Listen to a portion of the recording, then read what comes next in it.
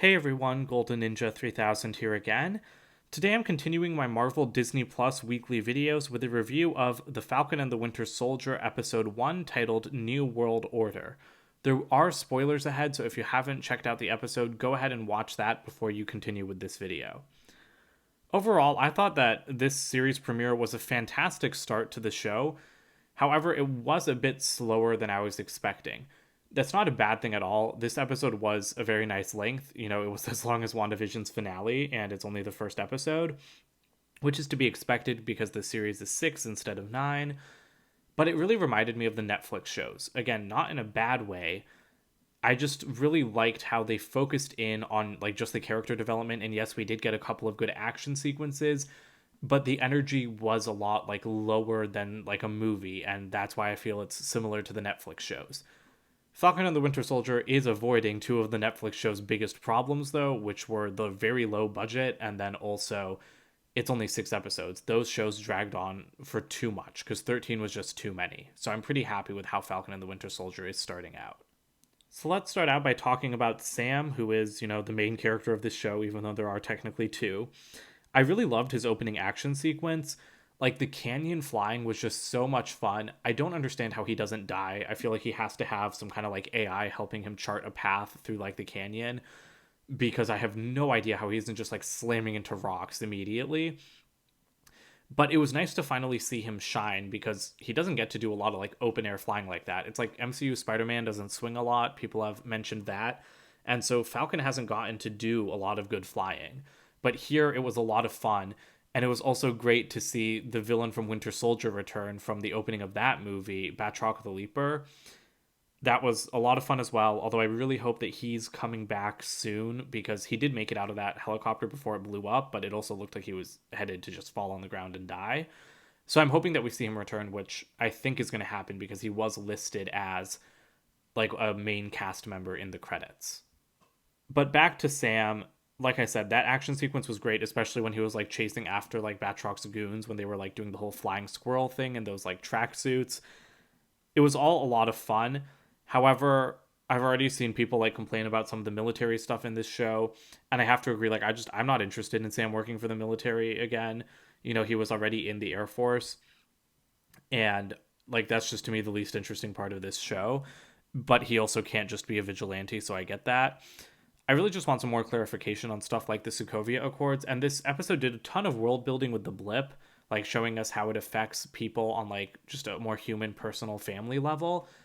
But I don't understand how it affects governments or anything because like I don't understand how it affects like alliances and like the United Nations and if like the Sokovia Accords are still in effect. So I really hope that this series answers some of those questions as it progresses. But speaking of the government, having Sam hand over the shield to them was kind of annoying. Like I know what it's setting up. I get that it sets up the whole show and that he feels like he's not ready to be Captain America. But I mean, it's been 6 months since he got the shield, so it kind of annoys me that he just hands it to them to put in a glass case, like knowing what it means. Like as a symbol, like yeah, sure, put it in the Captain America museum, but to me, it's just like Steve wanted you to wield it. He did not want you to put it in a museum for people to stare at. So that kind of bothered me, even though I know that it's the story of that. This shows the story of how Sam becomes willing to become Captain America. But what I really loved the most was his interactions with his family. I also think it's kind of ridiculous that we've never heard of like a family for him, and like Bucky's had no personality in like any of these movies either. They've both Sam and Bucky have literally just been there and not really like added anything in my opinion, except maybe in Winter Soldier. So it was great to see Sam interact with his sister, with his nephews, to find out more about his family, like the family business, like even just like going to the bank, like all of that stuff was very interesting to me. And I really like his sister. So I'm very excited to see where they're going in the next couple of episodes. And I really hope that, they don't have to sell his family's boat. So as I've said, Bucky hasn't really had a personality in like any of the movies he's been in, except maybe First Avenger. But here he gets a personality in like 10 minutes, and I really like that. I loved the scenes of him in therapy. Wanda needs it too, so really all of Team Cap should have been in therapy together. But his therapist being, like someone that was also a soldier, that's just a really interesting idea. I like the idea that he's been pardoned and this is like a condition of it. I'm glad that no one's hanging him out to dry the way that they hung Wanda out to dry. I mean, the therapist is like, Bucky, you have no family. Like, you can't keep ignoring Sam's texts. And it's like, again, this is very easily compared to WandaVision because WandaVision was the first Disney Plus series. And that's something that really annoyed me about WandaVision, is that it seems like the Avengers just abandoned her. But like here, it's like Sam is still checking up on Bucky. And I really appreciate that, although I was surprised that they did not meet in this episode. I'm guessing that they're going to meet pretty quickly in the second one. And I liked that Bucky was trying to make amends. However, I thought it was so cute that he was friends with that old man and like that he had that date with that girl at the diner. And then they had to go in there and be like, oh yeah, he killed that old man's son. Like, that's really good. Like, that adds like so much drama. And again, like, I think it really shows how much Bucky's torturing himself trying to like atone for the sins of his past. But I felt so bad for that poor old man. So overall, I was very happy with Bucky in this episode, and I'm excited to see again where he's going to go once he meets up with Sam. I assumed that the episode would end with the introduction of John Walker as US agent. It was very fast though, like they really just like threw him out there and then the episode ended. And I really hate how the government told Sam like, "Oh, you're doing the right thing by turning in the shield." And then they just turned it around and gave it to someone else. That's incredibly frustrating. I can't wait to see how Sam reacts to that, and for them to really start digging into like these headier themes of like, the government not wanting a black man to be Captain America, because that's a very big part of Sam's comic book run. The thing with US Agent though is I already hate him. If you know him from the comics, he's like an unhinged Captain America. He's out there like beating people to death with the shield, and he's eventually redeemed, but in the MCU, I think that they could either redeem him or just put him on the Thunderbolts team that I'm sure is forming.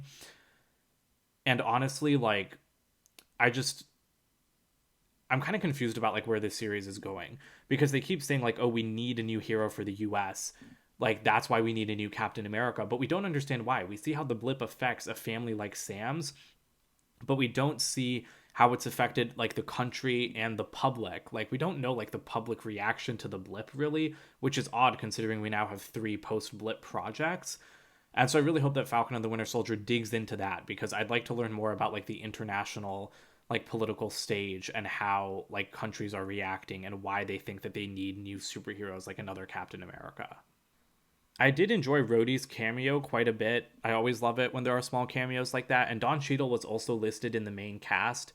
That could just be because he's such a big actor, but I would really hope that he's in more episodes, because the government side of War Machine has really just been completely ignored in the last few movies. Really ever since like Iron Man 2, I feel like. So I'd really like to see more of that. And I'm sure we're going to get that in his own show, but I mean, it was nice seeing him here in a government context. So I really liked how he was talking to Sam about, like why he didn't take up the shield. But I would have liked a little bit more with that idea. I would have liked them to dig into that just like a little bit more, maybe. In terms of Lego sets from this episode, I definitely want a minifigure of Falcon in his new suit.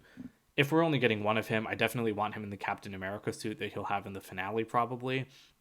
But I love this new suit for him, like with the new wings, the new red wing, having finally like the white and the red color scheme. I think it looks great. It's easily his best superhero suit ever in the MCU. Not that that's a hard competition. Also, US Agent, definitely want a minifigure of him, especially because his costume looks so much like Cap's, yet it's so different. I think getting a Lego minifigure of him could be pretty interesting if they can differentiate it enough. Other than that, there's not much else. We already have a minifigure of Bucky as the Winter Soldier. We haven't seen like his new outfit yet in the show. But I mean, like a shrimp boat set would be cool. I think like a fishing boat, the family boat that Sam was working on. But we do already have a Lego set like that from Hidden Side. So really the only thing I want from this episode is minifigures. So overall, I really liked the premiere episode. I thought it was a very solid premiere. However, for me, it's just not rewatchable the way that like every single WandaVision episode is rewatchable.